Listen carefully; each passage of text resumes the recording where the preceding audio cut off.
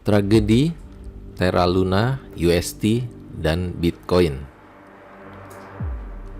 Bitcoin News. Raksasa BlackRock, Citadel, dan Gemini dalangnya.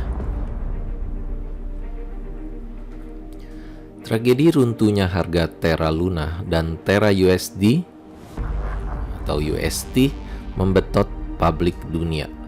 Raksasa keuangan BlackRock, Citadel, dan Gemini malah dituding jadi dalangnya.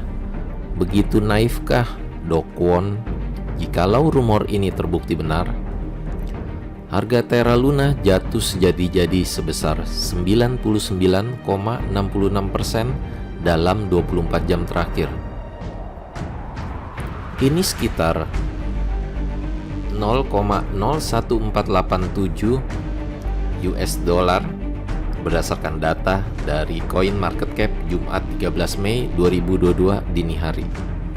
Sedangkan stablecoin USD justru labil, turun lebih dari 42% di waktu yang sama, sekitar 0,3 dolar saja.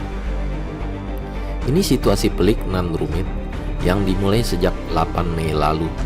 Bahkan blockchain Terra dipadamkan untuk sementara mulai kemarin. Sebelumnya, bursa kripto Binance dan Crypto.com sudah menangguhkan perdagangan aset yang terkait kedua kripto itu.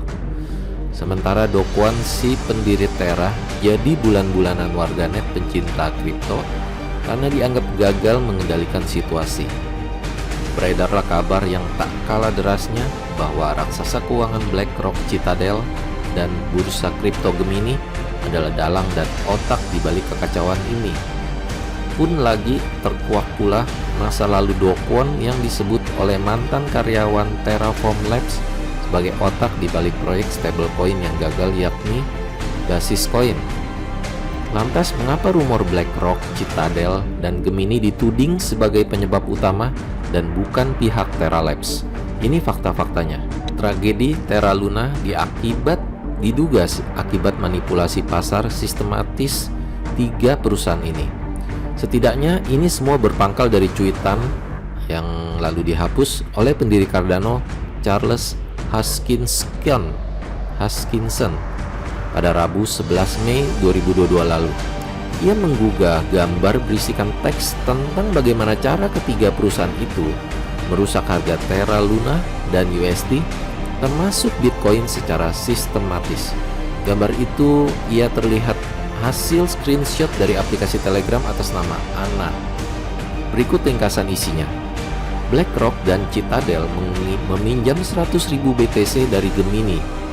Kedua perusahaan menukar atau swap 25.000 BTC itu menjadi USD, lalu menghubungi Do Kwon dan mengatakan ingin menjual banyak Bitcoin menjadi USD dengan alasan tak ingin mengguncang pasar Bitcoin. Dengan akan adanya transaksi jumbo itu, BlackRock dan Citadel meminta agar Do Kwon meminta potongan harga untuk USD itu. Kwon pun setuju dengan umpan itu dan mentransfer USD yang diminta, sehingga menekan tingkat likuiditas stablecoin itu. Di titik itulah BlackRock dan Citadel menjual semua Bitcoin mereka, termasuk USD. Itulah yang menyebabkan slippage yang besar dan memicu efek domino yang memaksa tekanan jual kuat untuk kedua aset itu. Pun lagi baik BlackRock dan Citadel bahwa di aplikasi DeFi Anchor tersimpan banyak kripto Terra Luna yang pada akhirnya mendorong pengguna menarik kripto mereka yang jumlahnya lebih besar daripada yang bisa diberikan oleh Anchor dalam imbalan.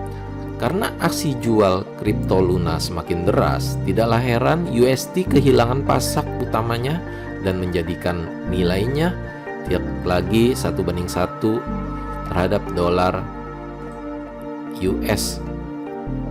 BlackRock dan Citadel pun bisa membeli Bitcoin dengan harga diskon untuk membayar kembali pinjamannya kepada Gemini dan mengantongi selisihnya sebagai keuntungan. Ini jelas manipulasi pasar. Gemini dan BlackRock sangkal tuduhan itu. Gemini yang didirikan oleh Winklevoss bersaudara itu pun langsung angkat bicara di Twitter dan menyangkal keras tuduhan itu. Gemini menyangkal melakukan kesalahan dan secara tegas mengatakan bahwa mereka tidak pernah memberikan pinjaman semacam itu kepada pihak manapun yang disebutkan dalam screenshot yang beredar. Kami membaca rumor yang merebak baru-baru ini yang menggambarkan Gemini membuat pinjaman 100.000 BTC ke perusahaan besar, membuat penjualan masif kepada Crypto Luna terhadap Crypto Luna. Gemini tidak pernah memberikan pinjaman seperti itu sebutnya. BlackRock pun menyangkal lebih keras lagi.